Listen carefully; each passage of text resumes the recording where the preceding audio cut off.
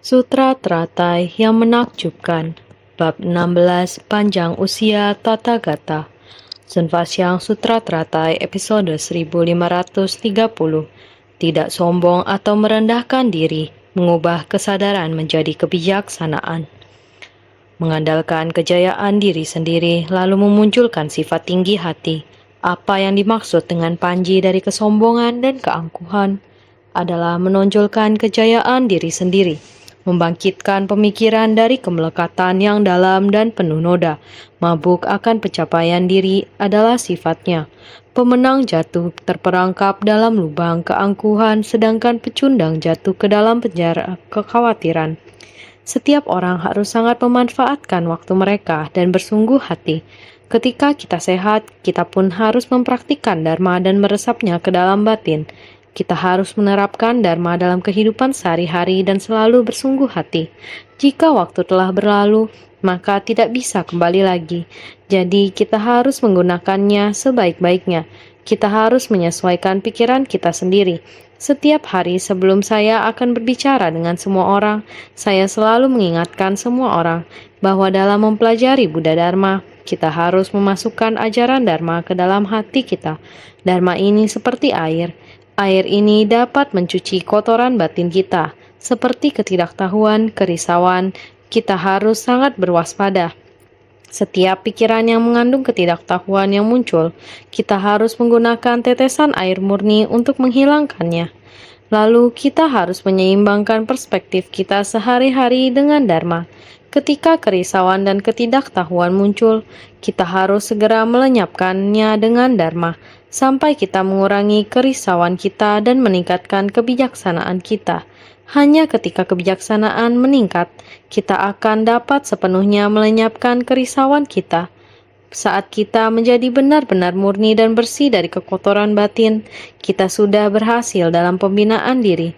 Para bodhisattva, kita tidak boleh mengandalkan kejayaan diri sendiri lalu memunculkan sifat tinggi hati. Kita harus selalu waspada terhadap hal ini. Jika kita memiliki jalinan jodoh, barulah dapat menerima ajaran Buddha Dharma, membantu kita memahami. Jangan melakukan kejahatan apapun, amalkan segala kebajikan.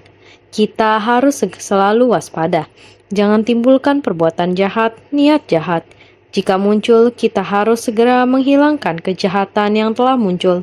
Harus dengan saksama menghilangkan kerisauan, pikiran jahat, ketidaktahuan. Jangan berbuat kejahatan. Akan tetapi, kita harus timbulkan Dharma baik.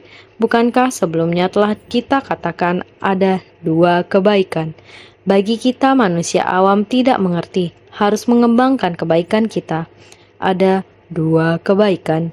Kita manusia awam tidak tahu meningkatkannya. Ada dua keburukan. Kita tidak tahu berwaspada dan menghilangkannya. Jika kita ingin menumbuhkan dua kebaikan, harus mengembangkan niat baik yang sudah muncul. Kita mungkin pada awalnya memiliki niat baik tersebut. Kita menerima ajaran Buddha Dharma. Kita harus segera tingkatkan kebajikan kita. Ada niat baik, kita harus mempraktikannya dalam tindakan nyata. Jika belum menumbuhkan niat baik, ketika ada sebab dan kondisi, kita harus segera menuntun mereka. Menumbuhkan niat baik yang belum muncul. Jika kita bertemu dengan orang yang tidak menumbuhkan dua kebaikan, kita harus segera memberi mereka kesempatan menumbuhkan niat baik yang belum muncul dan mengembangkan niat baik yang sudah muncul. Jika ada orang memiliki kebiasaan buruk dan tidak tahu untuk menghilangkannya, kita harus segera mengingatkan mereka. Segera menghentikan niat buruk yang sempat muncul. Bagaimana jika belum memunculkan niat buruk? Kita perlu memberitahu mereka, harus mencegahnya. Ini adalah hal yang buruk, tidak boleh dilakukan. Benih sebab demikian, kondisi demikian, buah akibat dan balasan karma demikian. Kita dapat menggunakan berbagai metode supaya mereka tahu untuk menjauhi keburukan. Tidak boleh mengucapkan kata-kata buruk atau melakukan hal buruk. Inilah yang harus senantiasa kita waspadai. Di kerumunan orang banyak, kita juga harus selalu mengingatkan orang lain. Kita perlu mengingatkan orang lain, meskipun kita sendiri mendengar dharma dan melakukan kebaikan, dapatkah kita boleh mengandalkan kejayaan diri sendiri? Apakah bisa hanya dengan selalu mengatakan, "Saya melakukan kebaikan, saya sangat hebat. Hal ini dan hal itu, semuanya telah saya lakukan. Saya berpartisipasi dalam semua hal baik. Saya telah bertemu dengan semua jenis orang. Saya sepenuhnya melakukan hal baik. Saya juga telah banyak bertemu dengan orang baik. Saya juga telah banyak melakukan hal baik." Ada berapa banyak kesempatan yang kita miliki untuk melakukan perbuatan baik dalam hidup ini? Sebenarnya berapa banyak yang dapat kita lakukan? Ada begitu banyak makhluk hidup yang menderita di dunia ini. Berapa banyak waktu yang kita miliki dalam kehidupan ini? Sejak pertama kali membangkitkan tekad sampai dengan bersumbangsi, berapa banyak yang telah kita lakukan? Naskah sutra sebelumnya sangatlah panjang. Sutra yang sangat panjang demikian dikatakan. Bodhisattva yang tak terhitung jumlahnya sebanyak pasir di sungai Gangga, menggunakan waktu yang tak terhitung jumlahnya sebanyak pasir di sungai Gangga. Seperti itu berulang kali datang kembali untuk melakukan perbuatan baik, dengan cara bersumbangsi untuk menyelamatkan dan membimbing makhluk hidup, menjangkau seluruh alam semesta dan memenuhi seluruh alam dharma. Waktu yang begitu panjang dan ruang yang begitu luas. Berapa banyak negara dan berapa banyak tempat yang telah mereka kunjungi, juga menggunakan perumpamaan pasir sungai Gangga yang tidak dapat dihitung jumlahnya. Oleh karena itu dikatakan, para Buddha dan Bodhisattva yang berulang kali kembali ke dunia. Berapa banyak yang telah mereka lakukan? Kita memiliki jalinan jodoh di masa kehidupan sekarang ini, dapat melakukan perbuatan baik sampai tingkat seperti ini. Ketika orang lain memuji kita, kita sendiri mungkin berpikir telah melakukan banyak perbuatan baik. Jika demikian, maka di dalam batin kita telah memunculkan kesombongan. Jika kita berpikir bahwa kita telah melakukan banyak perbuatan baik, maka akan sangat mudah bagi kita untuk berhenti. Saat pertemuan tahunan Tima tahun 2017, ada seorang profesor dari Beijing, Kang Yehua, profesor sekolah tinggi. Beliau juga menghadiri pertemuan Tima. Setelah itu dia datang kembali lagi, memberi sharing ke guru kita. Beliau mengatakan, awal mula mendengar Dharma Jingse, sangat sukacita. Hatinya merasakan, pengetahuan dia rupanya baru terisi 80%. Dulu dia merasa sudah sangat penuh. Namun setelah menerima kata perenungan Dharma Master kemudian, beliau merasa pengetahuan dia hanya penuh 80% saja. Masih ada ruang kosong, masih harus terus mengejar. Beliau haus akan Dharma, jadi beliau segera terus mengejar. Kemudian pada suatu kesempatan, insan Ceci menceritakan kepadanya tentang Ceci. Seberapa banyak yang dilakukan, mereka ada berapa orang, dan bagaimana cara kerja kelompok tersebut. Beliau mendengarnya dengan sangat bahagia. Saat ini beliau merasakan kepalanya sudah penuh, sangat banyak yang diterima hatinya. Merasa sangat banyak dan penuh. Namun beliau sendiri merasa penuh. Mulai kembali menonton siaran Dai TV, mendengarkan Master mengatakan saat itu dia tidak berani merasa penuh, kembali tinggal 80%. Beliau merasa Dharma yang harus terus dikejar masih sangat banyak. Bukan, kamu lakukan. Saya juga ada melakukan. Kamu sedang mengatakan perasaan batin, saya juga ada. Oleh karena itu, saya dibandingkan dengan Anda. Saya sudah sangat penuh. Aku berkata pada diri sendiri bahwa yang paling ditakuti dari hati manusia yaitu kepuasan diri sampai lupa diri. Diri sendiri merasa bahwa apa yang sedang kalian kerjakan itu biasa saja. Dengarkan dhamma saya dan saya sangat paham. Sedangkan apa yang sedang kalian praktekkan saya, hampir semuanya telah saya praktekkan. Dengan cara seperti ini, maka pada hari itu dia berlindung. Dia berkata bahwa menunggu sikap atau kondisi batinnya untuk selamanya berada di nilai 8. Dia masih ada ruang untuk menerima Dharma.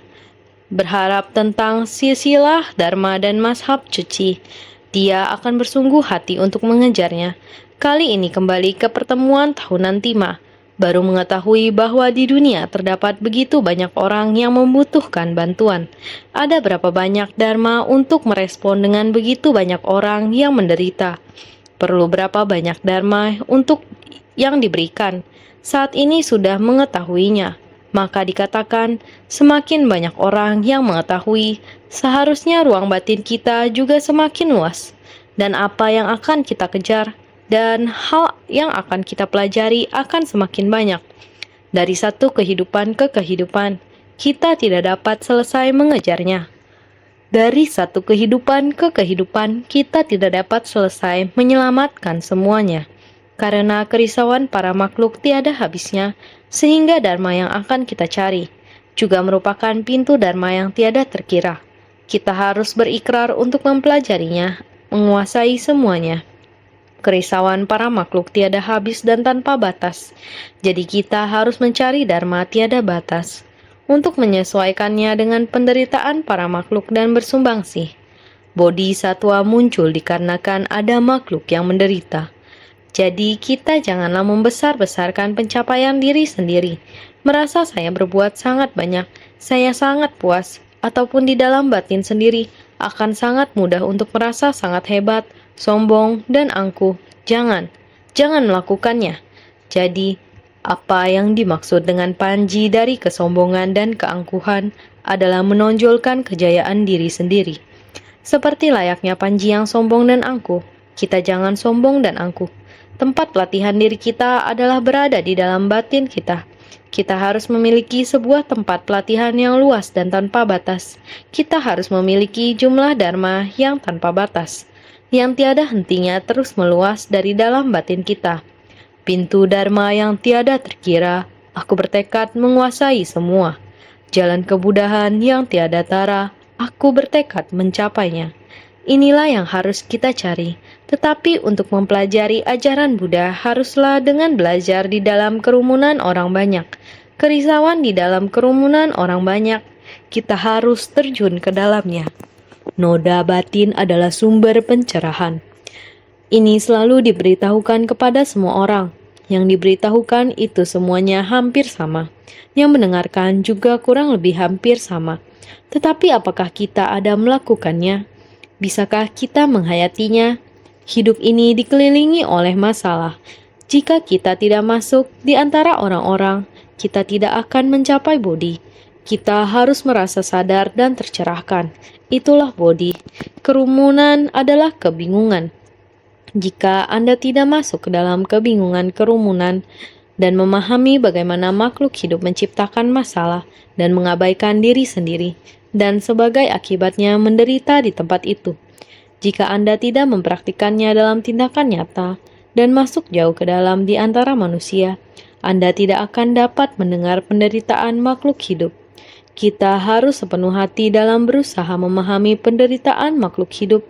Ketika kita melihat penderitaan, kita tahu akan berkah kita. Ketika kita melihat kebingungan, kita tahu untuk menyadarinya. Oh, bagaimana makhluk hidup begitu kebingungan? Ini adalah sesuatu hal yang bisa jadi sangat mudah. Mengapa harus menimbulkan kerisauan karenanya? Mereka yang menonton pertandingan melihat lebih jelas daripada mereka yang memainkannya. Kapan kita masuk dan keluar, kita akan memahami dengan sangat jelas di mana letak ketidaktahuan pikiran di dunia ini. Jika juga sering mendengar dan melihat, mengapa orang-orang menderita depresi dan kecemasan? Jika orang-orang ini tidak dapat bangkit, mereka akan terus tenggelam. Melihat relawan bodhisatwa ini yang datang melakukan daur ulang, dia merasa sangat bersyukur. Dia memiliki keluarga yang baik, dia memiliki keluarga yang harmonis, tetapi dia merasa memiliki tanggung jawab yang besar baik kepada orang tuanya ataupun mertuanya. Jika mereka sedikit saja mengatakan, ada sesuatu di hari ini, mengapa saya merasa tidak senang? Dia langsung memikirkannya. Mereka tidak senang. Apakah karena saya tidak melakukannya dengan baik? Dia terus-menerus menyalahkan dirinya sendiri. Jika suaminya keluar dan telat pulang ke rumah, atau mimik wajahnya yang terlihat buruk. Dia selalu merasa, apakah ini karena sikap saya hari ini, ataupun jika anaknya sedikit tidak penurut, dia akan menyalahkan dirinya sendiri. Apakah karena saya? Apakah anak-anak merasa kecewa karena saya tidak menjalankan tanggung jawab sebagai ibu dengan baik? Demikian terus-menerus berlanjut. Setiap terjadi sesuatu di dalam keluarga, begitu sedikit angin berhembus, rumput langsung berayun. Semuanya seperti demikian, selalu membebankan ke dalam dirinya sendiri, dan selalu mengatakan bahwa dia tidak melakukannya dengan baik. Karena demikianlah dia menjadi depresi. Dia berkata, depresi sungguh mengerikan. Ketika itu, kondisi depresinya semakin memburuk. Kata dia, berdiri di atas loteng. Terus berpikir agar kedua kakinya melompat ke bawah. Kata dia, bagi orang yang tidak mengalami sakit ini, tidak akan pernah tahu betapa kuatnya dorongan tersebut. Ingin menahan kedua kakinya, tetapi seperti tidak kuat untuk menahannya. Kedua kaki terus ingin melompat. Perasaan ini untunglah kemudian saudara perempuan kandungnya memberitahunya. Kamu demikian sangat bahaya. Kamu punya keluarga yang sangat baik. Sebenarnya kamu juga merawat keluarga dengan baik. Sebenarnya kamu. Lalu mengatakan bahwa dia sangat bertanggung jawab. Jika terjadi apa-apa dengan kamu, keluargamu akan. Dan lain sebagainya. Secara perlahan-lahan menjelaskan kepadanya. Lalu mengajaknya keluar dan dibawa ke posko daur ulang Ceci. Mulailah dia melihat, mendengar, dan berbuat di dalam posko, dan mulai muncul batin yang sukacita. Batinnya pelan-pelan dapat berdiam dengan damai, dan di posko daur ulang dapat bekerja dengan batin tenang dan leluasa. Setelah urusan keluarga diselesaikan dengan baik, sisa waktunya akan dihabiskan di tempat ini. Bahkan secara perlahan-lahan mendengar insan Ceci berbagi kisah. Bagaimana kondisi di luar sana, banyak sekali orang yang menderita. Lalu mulai mengajak dia untuk ikut serta dan membawanya pergi melihat keluarga yang menderita. Melihat penderitaan lalu menghargai berkah. Apakah dirinya masih belum cukup puas? Lihat kehidupan ini. Sebuah interaksi yang salah dan keliru akan menyebabkan kehancuran sebuah keluarga. Dia akhirnya mulai mengerti. Orang hanya perlu berpuas hati, tidak diperbolehkan untuk memohon terlalu banyak. Memohon dengan sangat menderita, benar-benar pandangannya telah tercerahkan. Begitu nyaman dan leluasa, mulai dan terus-menerus berhubungan dengan Ceci. Selain melaksanakan misi pelestarian lingkungan, dia juga bersama teman lainnya untuk kunjungan kasih. Pelan-pelan mulai memasuki ladang pelatihan diri di Ceci. Mengikuti sosialisasi, juga mengikuti pelatihan relawan, dan telah menjadi bodhisatwa. Bodhisatwa dunia mendengar dan menolong penderitaan makhluk dengan tekun, dan juga melakukan pelestarian lingkungan. Sesuai dengan kenyataan mendengar dan menolong penderitaan makhluk, melakukannya dengan sangat sukacita, dan kehidupan berkeluarga juga sangat bahagia dan sempurna, dan keluarganya juga sangat menanggapinya. Inilah namanya kehidupan. Awal mulanya sangat memiliki berkah, namun dalam prosesnya sebenarnya memiliki kondisi batin yang bagaimana. Diri sendiri mengakibatkan muncul penyakit batin itu sendiri. Begitulah kemudian dengan kondisi sebab akibat seperti ini, barulah ada orang yang membawanya masuk ke sini. Walaupun terdengar sangat biasa saja, tetapi rumah tangga di saat ini sudah ada berapa banyak.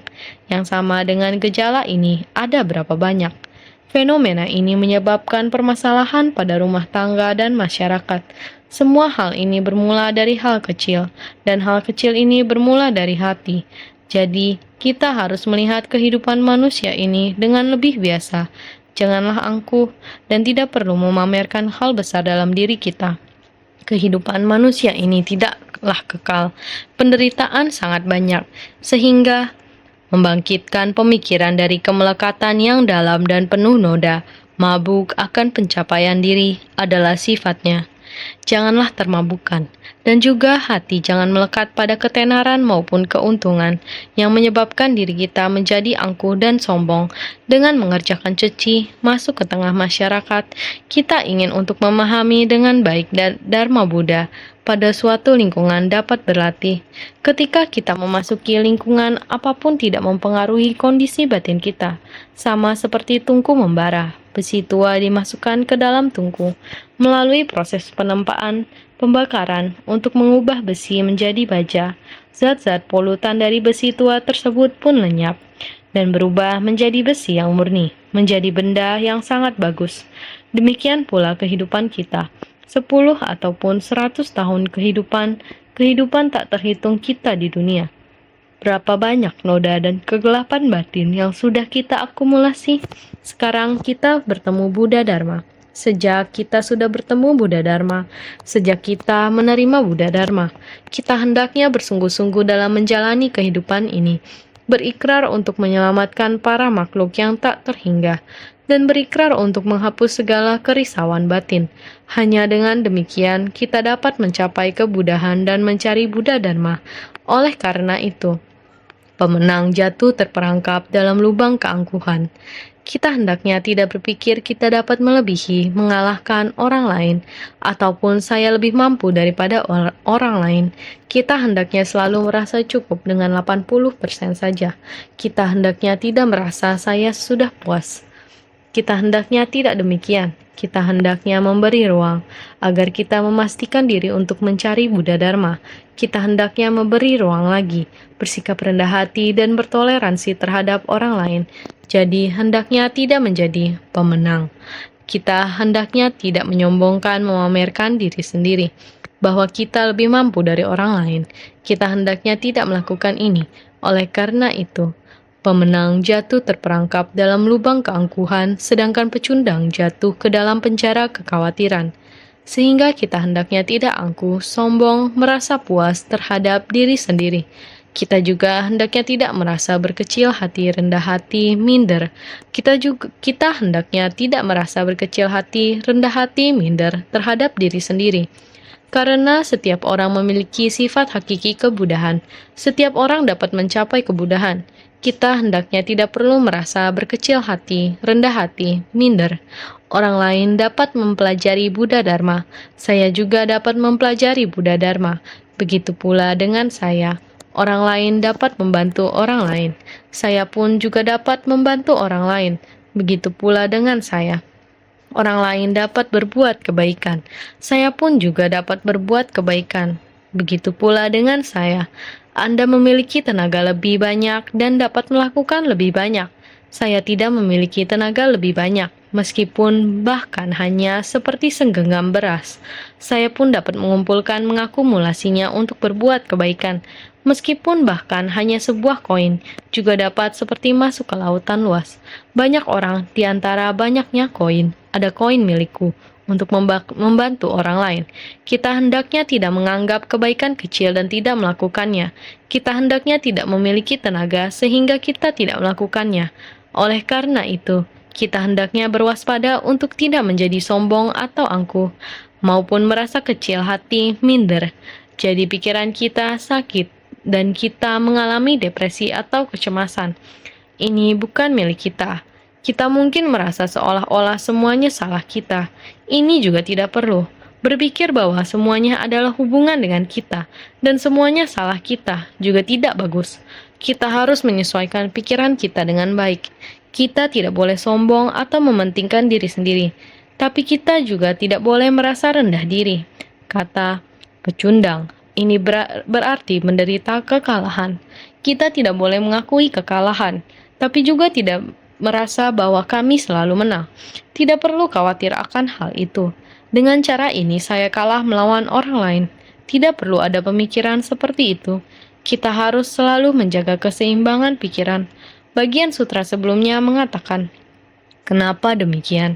Sekiranya Buddha berdiam lama di dunia, orang-orang berkebajikan sedikit tidak akan menanam akar kebajikan, tetap miskin dan hina, tamak dan melekat pada 5 nafsu keinginan, sehingga terjerat ke dalam jaring ingatan, pemikiran, dan pandangan keliru. Kita harus dengan penuh perhatian berusaha menggabungkannya. Apa yang dikatakan bagian ini dan bagian sebelumnya. Jika kita ingin terlibat dalam latihan spiritual, maka kita tidak boleh mempunyai kebajikan yang sedikit. Kita harus memberikan diri kita sedikit demi sedikit untuk mengembangkan kebajikan kita. Seandainya melihat Tathagata senantiasa ada dan tidak memasuki parinirwana, kita harus dengan penuh perhatian mendengarkan, membaca, dan melihat bagian sutra berikutnya. Seandainya melihat Tathagata senantiasa ada dan tidak memasuki parinirwana, mereka akan menjadi sombong, tidak disiplin, dan malas. Tidak akan memunculkan pemikiran bahwa betapa sulitnya bertemu dengan Buddha dan membangkitkan perasaan hormat.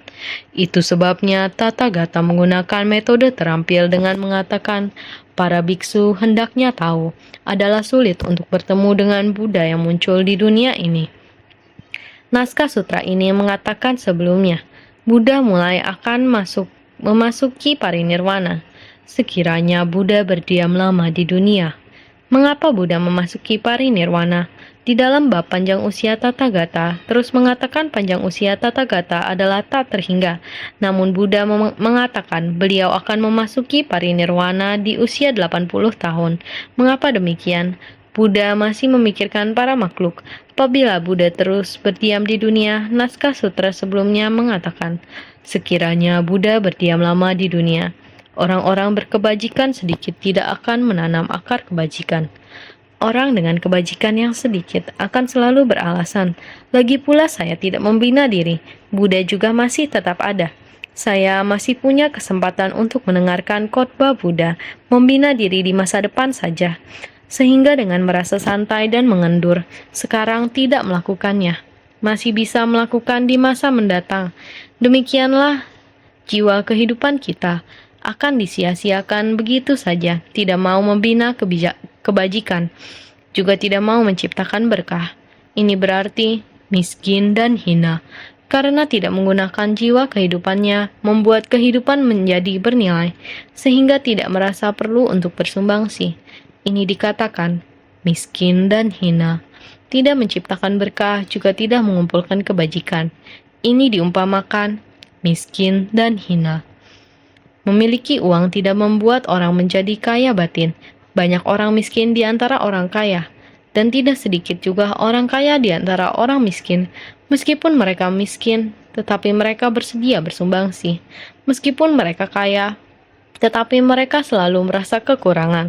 Orang yang memiliki 1 tetapi merasa kekurangan 9, ini adalah orang miskin di dunia. Jadi mereka tamak dan melekat pada 5 nafsu keinginan, sehingga terjerat ke dalam jaring ingatan, pemikiran, dan pandangan keliru. Hanya karena tamat dan kemelekatan mereka. Oleh karena itu, berapa banyak uang yang mereka peroleh hanya karena ketenaran dan keuntungan yang sangat besar. Jadi mereka selamanya tidak dapat memberi manfaat bagi orang lain. Demikianlah orang-orang ini. Jika Tathagata selalu berada di dunia, orang-orang ini akan mulai mudah timbul kesombongan. Ini adalah apa yang dikatakan oleh Buddha. Jadi kita harus bersungguh hati untuk menghayatinya. Seandainya melihat Buddha senantiasa berada di dunia akan memunculkan kesombongan dan kemalasan, jadi akan merugikan. Tidak akan memunculkan pikiran bahwa betapa sulitnya bertemu dengan Buddha dan tidak menaruh hormat, jadi tidak memberi manfaat. Kesombongan dan ketidakdisiplinan adalah akan menambah delusi yang diakibatkan oleh pandangan keliru. Kemalasan akan memunculkan delusi yang diakibatkan oleh pemikiran keliru.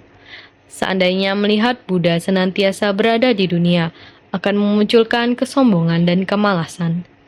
Jika Buddha selalu berdiam di dunia, orang-orang yang membina diri ini menganggap dharma yang dibabarkan oleh Sang Buddha, saya sudah jelas. Saya sudah mendengarkan dharma. Lagi pula Buddha masih ada di sini. Sang Buddha ada, saya juga ada. Tidak takut dharma hilang. Oleh karena itu, mereka merasa mendengar sedikit dharma. Mereka sudah merasa sangat sombong. Demikian dapat merugikan batin mereka. Tidak tahu untuk menggenggam waktu. Kehidupan seperti ini adalah merugikan. Tidak akan memunculkan pemikiran bahwa betapa sulitnya bertemu dengan Buddha dan tidak menaruh hormat. Mereka tidak akan tahu bahwa orang ini akan segera pergi. Jadi kita akan segera menggenggam waktu. Jika Buddha berkata demikian, saya tidak memiliki banyak waktu lagi. Apa yang masih belum kita pahami, kita harus segera mengajukan pertanyaan. Inilah caranya semua orang harus serius. Sebaliknya, jika dia tidak menyatakan bahwa saya akan memasuki parinirwana, semua orang tidak akan timbul pikiran bahwa sulitnya bertemu dengan Buddha dan tidak menaruh hormat. Jadi, inilah tujuan Buddha memberitahu semua orang bahwa beliau akan memasuki parinirwana. Kesombongan dan ketidakdisiplinan, yaitu menambah delusi yang diakibatkan oleh pandangan keliru. Kesombongannya telah muncul, bukan hanya kegelapan batin, bukan hanya menumbuhkan kerisauan, juga menumbuhkan delusi. Tidak memahami prinsip kebenaran di dunia, hidup tidak kekal, belum diwaspadai. Kondisi seperti menambah delusi yang diakibatkan oleh pandangan keliru, mengira Sang Buddha selamanya berada di dunia. Demikian lelah dan malas, hanya ingin senang sendiri, terus bermalas-malasan. Pemikiran yang demikian semuanya salah. Pikiran keliru banyak menciptakan pikiran yang tersesat. Dharma yang murni, tidak ingin bersungguh hati. Esensi dari Dharma membabarkan Dharma dengan perumpamaan. Naskah sutra, segera membahas naskah sutra seadanya saja. Mengapa di awal demikian banyak yang dibabarkan? Benar, di dalam sutra adalah Dharma bagaikan air. Dan jika Anda tidak di dalam Dharma di dunia, tidak akan ada Dharma yang dapat dibabarkan. Dharma Sang Buddha tidak terlepas dari Dharma duniawi. Dharma duniawi di awal, jika Anda tidak memahaminya, Dharma Sang Buddha yang sebenarnya, Anda tidak akan dapat meresapi ke dalam batin, sehingga harus sangat bersungguh hati menghayati. Esensi dari Dharma Sang Buddha yang sebenarnya ada di mana? Berada di tengah orang banyak. Konsep pemikiran dalam menghadapi manusia, masalah dan benda. Di dalam manusia, masalah dan benda merupakan esensi dari Dharma Sang Buddha. Maka kita harus terjun ke tengah orang banyak. Jika ada orang Sravaka, Pratyeka Buddha, orang yang sedang berlatih, mereka memang takut. Jika tidak cepat-cepat melatih diri, jika pikiran saya menyimpang, saya akan terjatuh kembali di alam manusia. Ini adalah delusi. Jadi mereka masih menjaga diri sendiri dan tidak tahu bagaimana cara melangkah keluar. Sehingga Buddha berkata hal inilah yang meningkatkan keraguan. Sang Buddha lalu memberitahu mereka, saya akan segera memasuki parinirwana dan kalian masih bersembunyi di tempat itu, hanya memberi manfaat bagi diri sendiri. Jika kalian mempunyai pertanyaan, harus disampaikan keluar dan harus mengekspresikannya. Jadi Sang Buddha menyatakan bahwa beliau akan memasuki parinirwana dan ingin semuanya tersadar. Cepat-cepat menggenggam waktu dan tidak membuang-buang waktu. Oleh sebab itu, jika Sang Buddha selalu hidup di dunia, mereka tidak akan timbul rasa menghargainya. Tidak membangkitkan pemikiran ini tentu tidak dapat memunculkan pemahaman dalam melihat kebenaran, sehingga tidak dapat menghapus pandangan keliru, tidak menaruh hormat, tentu tidak dapat memunculkan perenungan terhadap jalan kebenaran, sehingga tidak dapat menghapus pemikiran keliru. Dikarenakan maksud ini adalah lebih baik menampakkan memasuki parinirwana. Jadi, tidak dapat memunculkan pemahaman dan melihat kebenaran, sehingga tidak dapat menghapus pandangan keliru. Tidak tahu bagaimana menyebutkannya, saya harus memahaminya dengan cepat dan sepenuh hati. Kebenaran di dalamnya, kebenaran sebenarnya berada di dunia manusia, di dalam kelompok manusia, jika tidak cepat-cepat mengingatkannya. Hanya melewati hari dengan sia-sia, tidak mau berhubungan dengan makhluk hidup, ini tidak benar. Buddha berharap mereka membuka tembok ini, memasuki kelompok manusia. Kita harus mendapatkan Dharma di dalam kelompok manusia. Kita tidak boleh memutuskan jalinan jodoh kita dengan makhluk hidup. Kita harus menuntut ajaran Buddha. Bagaimana bisa meninggalkan jalinan jodoh dengan makhluk hidup? Kehidupan kita tidak ada satu hal yang tidak berhubungan dengan makhluk hidup.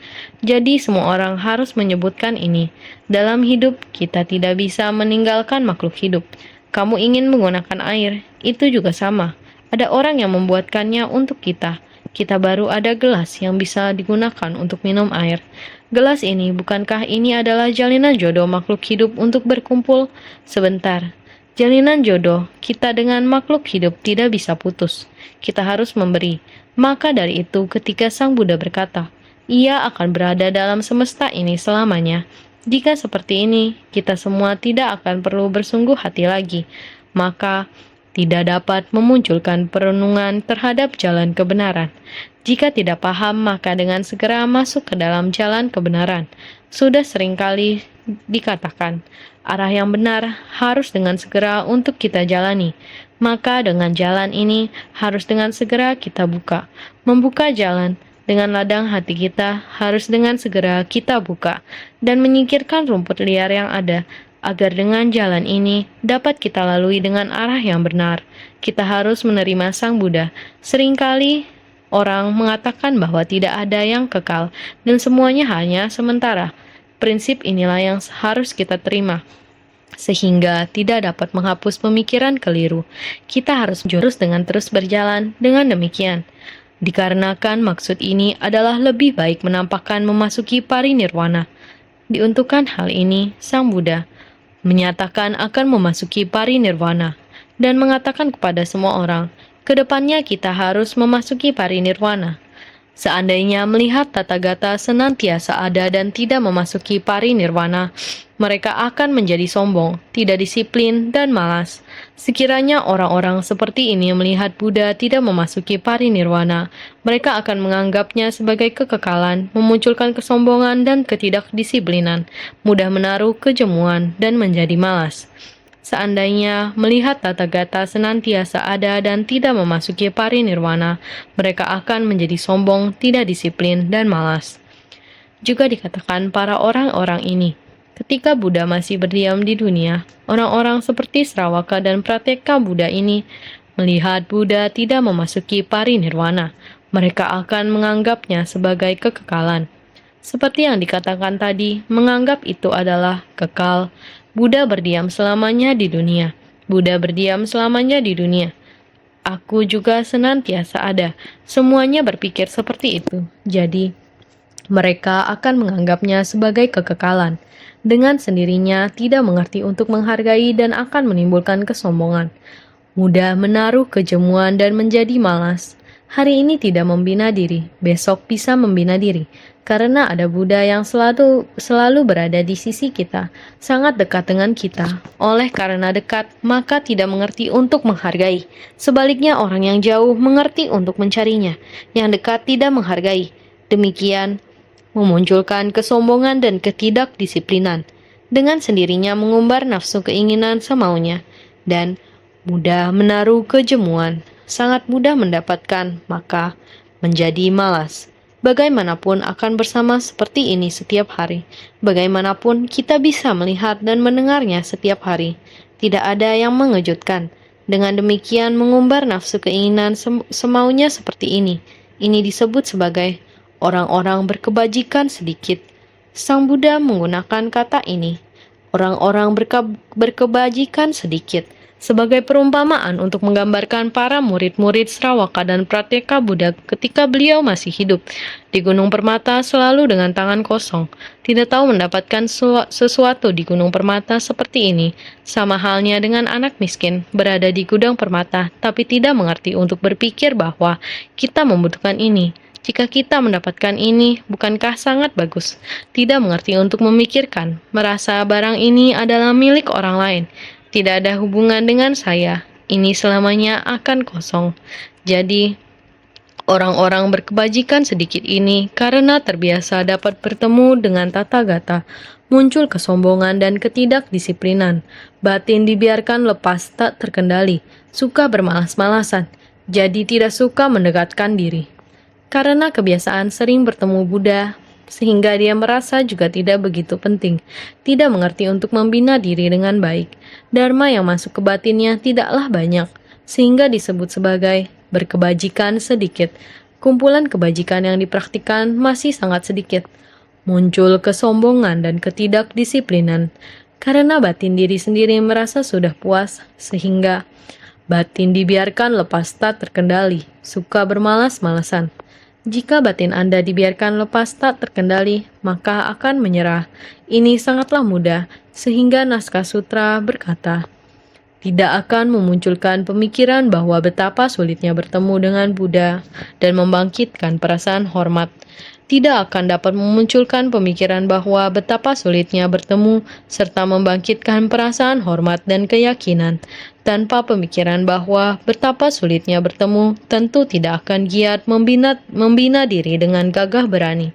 Tanpa rasa hormat, tentu tiada kesempatan untuk memupuk pahala kebajikan. Karena ketika Buddha selalu menunjukkan dirinya berada di dunia, maka orang akan mudah menyerah. Sehingga kita harus senantiasa mawas diri, tidak boleh melepaskan Dharma. Sungguh disayangkan. Ketika sudah berada di dekat Dharma, kita harus berendam di dalam, hingga basah di dalam Dharma. Disebut sebagai mandi dalam aliran Dharma. Kita harus senantiasa berendam di dalam Buddha Dharma, mengaplikasikan Dharma dalam keseharian kita. Di dalam kehidupan sehari-hari kita mampu memberi pengaruh kepada orang lain. Ini disebut sebagai memberi manfaat bagi diri sendiri dan orang lain, sehingga tidak akan dapat memunculkan pemikiran bahwa betapa sulitnya bertemu. Jika Buddha senantiasa ada, seluruh manusia akan demikian, sehingga tidak mengerti hati yang menghormati, tidak mengerti perlunya menumbuhkan keyakinan di dalam batin, maka tiada pemikiran bahwa sulitnya bertemu. Tentu tidak akan giat membina diri dengan gagah berani. Secara alami, hati yang menghormati akan hilang. Demi melindungi Anda semua, beliau terus menyerukan telah memasuki nirwana, yang memiliki arti demikian, sehingga itu sebabnya Tathagata menggunakan metode terampil dengan mengatakan, para biksu hendaknya tahu, adalah sulit untuk bertemu dengan Buddha yang muncul di dunia ini. Buddha mengatakan kalau ada muncul dan lenyap, hanya akan muncul sekali dalam jangka waktu yang lama. Jadi adalah sulit untuk bertemu. Sampai pada pembahasan ini, Buddha dengan segera berkata pada biksu, para biksu hendaknya tahu, adalah sulit untuk bertemu dengan Buddha yang muncul di dunia. Sudah lewat berapa juta koti tahun lamanya. Setelah masa kemunduran Dharma berlalu, Dharma Buddha akan hilang sama sekali. Berapa juta koti tahun lagi harus berlalu. Kita sudah melihat bahwa Buddha Maitreya akan terlahir di alam manusia setelah lewat 56 miliar tahun. Sampai saat itu baru Buddha akan terlahir lagi di dunia. Ini yang kita dengar. Ada yang berkata demikian. Bisa kita lihat bahwa Buddha muncul di dunia, dan kemungkinan kita bertemu dengan Buddha sangatlah langka. Biarpun Buddha muncul di dunia, sungguh sulit bagi kita untuk bertemu dengannya di dunia. Jadi kita mesti menghargai ini. Sang Buddha berkata, para biksu hendaknya tahu, adalah sulit untuk bertemu dengan Buddha yang muncul di dunia ini. Semua orang mesti mengetahui ini. Jadi sungguh sulit untuk bertemu Buddha yang terlahir di dunia. Bahkan semasa kehidupan Buddha di dunia sekalipun, tidaklah mudah bagi kita untuk bertemu dengannya. Sungguh tidak mudah bagi kita untuk bisa bertemu dengan Buddha. Jadi, Buddha mengatakan kalau ada muncul dan lenyap, akan ada waktu ketika Sang Buddha menghilang dari dunia. Akan ada waktu ketika Dharma Buddha di dunia terputus. Sehingga kita harus memanfaatkan kesempatan untuk membantu lebih banyak orang untuk memahami dan menerapkan Dharma Buddha di dunia, agar ketika kita menerapkan Dharma Buddha di dunia, agar semua orang memahami tentang Dharma Buddha, ini adalah penyebaran Dharma. Jadi, hanya akan muncul sekali dalam jangka waktu yang lama. Sungguh sulit untuk bertemu. Saat ini kita menyebarkan Dharma Buddha di dunia dan menggunakan kemampuannya di dunia. Ini adalah tujuan kita. Sang Buddha mengajar selama lebih dari 2000 tahun. Meskipun sekarang Buddha tidak bersama kita bisa menerapkan Dharma Buddha dalam praktik di dunia. Bukan hanya mengucapkannya atau mendengarkannya. Kita sekarang harus bertindak, menerapkannya dalam praktik dan meneruskannya. Adalah sulit untuk bertemu dengan para Buddha dikarenakan para makhluk lebih suka pada ajaran dari kendaraan kecil, punya rintangan berat dari pandangan keliru dan pemikiran keliru. Jika mendengar bahwa 3 tubuh adalah tidak lenyap, mereka tidak akan mempraktikkan jalan, jadi akan sulit berada bersama Buddha. Jika kita suka pada ajaran dari kendaraan kecil, maka ketika kita bertemu Buddha Dharma, kita hanya berdoa untuk keselamatan kita. Kita bertemu Buddha Dharma hanya mendengarkan Dharma, memahami prinsip kebenaran, tetapi tidak mempraktikkan dalam tindakan nyata, hanya mengejar dan mengembangkan pengetahuan kita, tetapi kebijaksanaan kita tidak tumbuh. Kita hanya mendengarkan Dharma. Saya mengerti, saya mengerti. Saya tahu, saya tahu. Tetapi jika kita tidak tahu menerapkannya di dunia, kita tidak menerima dan menerapkannya. Ini berarti kita tidak memiliki kebijaksanaan. Kita harus merubah kesadaran menjadi kebijaksanaan. Dalam waktu ini terus menyampaikan kepada semua orang, merubah kesadaran menjadi kebijaksanaan. Merubah kesadaran kelima ini menjadi kebijaksanaan dengan kegiatan tak terbatas. Merubah kesadaran keenam menjadi kebijaksanaan dengan pengamatan menakjubkan. Merubah kesadaran ketujuh menjadi kebijaksanaan terhadap kesetaraan dalam sifat hakiki. Merubah kesadaran kedelapan menjadi kebijaksanaan agung cermin sempurna. Ini kita melakukannya di dunia, baru ada cara untuk merubahnya. Jika tidak, kita hanya dengan melafalnya. Suaranya sangat merdu, namun ini sulit untuk dihayati. Dengan menggunakan permasalahan wujud dan dharma, agar kita bisa tahu cara untuk merubahnya, bukankah ini sangat mudah? Buddha Dharma ada berada di kehidupan kita sehari-hari, jadi kita harus merubah kesadaran menjadi kebijaksanaan. Demikian baru kita bisa menyebar Dharma secara luas di dunia. Jika tidak, berarti kita adalah para makhluk lebih suka pada ajaran dari kendaraan kecil, punya rintangan berat dari pandangan keliru dan pemikiran keliru. Ketika kita melihat sesuatu, ini akan berdiam dalam kesadaran kelima. Ini akan bergulir di kesadaran kelima kita. Yang kita serap adalah keserakahan, kemarahan, dan kebodohan. Ini berada dalam kesadaran keenam kita. Jika kita memiliki Dharma, akan mengubah lima kesadaran menjadi kebijaksanaan dengan kegiatan tak terbatas, masuk ke kesadaran pikiran kita menjadi kebijaksanaan dengan pengamatan menakjubkan. Bukankah ini berada dalam kehidupan keseharian kita? Kita bisa melindungi batin kita selamanya akan menjadi kebijaksanaan. Bukan hanya pengetahuan saja, jika kita hanya memohon pada diri sendiri, maka para makhluk lebih suka pada ajaran dari kendaraan kecil, hanya memohon pada diri sendiri. Pandangan, pemikiran, semua ada pada 5 kesadaran, 6 kesadaran. Setelah menciptakan karma, akan masuk ke kesadaran ke-8. Maka kita tidak bisa dikendalikan diri sendiri, sehingga kita harus bersungguh hati. Sehingga jika mendengar bahwa 3 tubuh adalah tidak lenyap, tubuh dharma, tubuh balasan, tubuh jelmaan. Sebelumnya kita juga sudah menyampaikan sehingga mereka tidak akan mempraktikkan jalan. Jika kita berpikiran Buddha selalu ada di dunia, tubuh balasan dan jelmaan akan ada di dunia. Tubuh dharma juga ada di dunia selamanya. Kita akan bermalasan, sehingga akan susah bertemu dengan Buddha. Semua orang harus baik-baik bersungguh hati. Dharma masuk ke batin kita, supaya kita menggunakannya, supaya batin kita lebih lapang, bukan membuat diri kita demikian. Diri sendiri memamerkan diri sendiri. Saya paham seberapa banyak, saya telah melampaui berapa banyak orang, saya dibandingkan dengan orang lain, saya menang darinya. Jika demikian, maka tidak benar. Setelah kita mendengarkan Dharma, kita harus memperkecil diri sendiri. Ruang begitu besar, manusia begitu kecil. Kita harus senantiasa lebih bersungguh hati.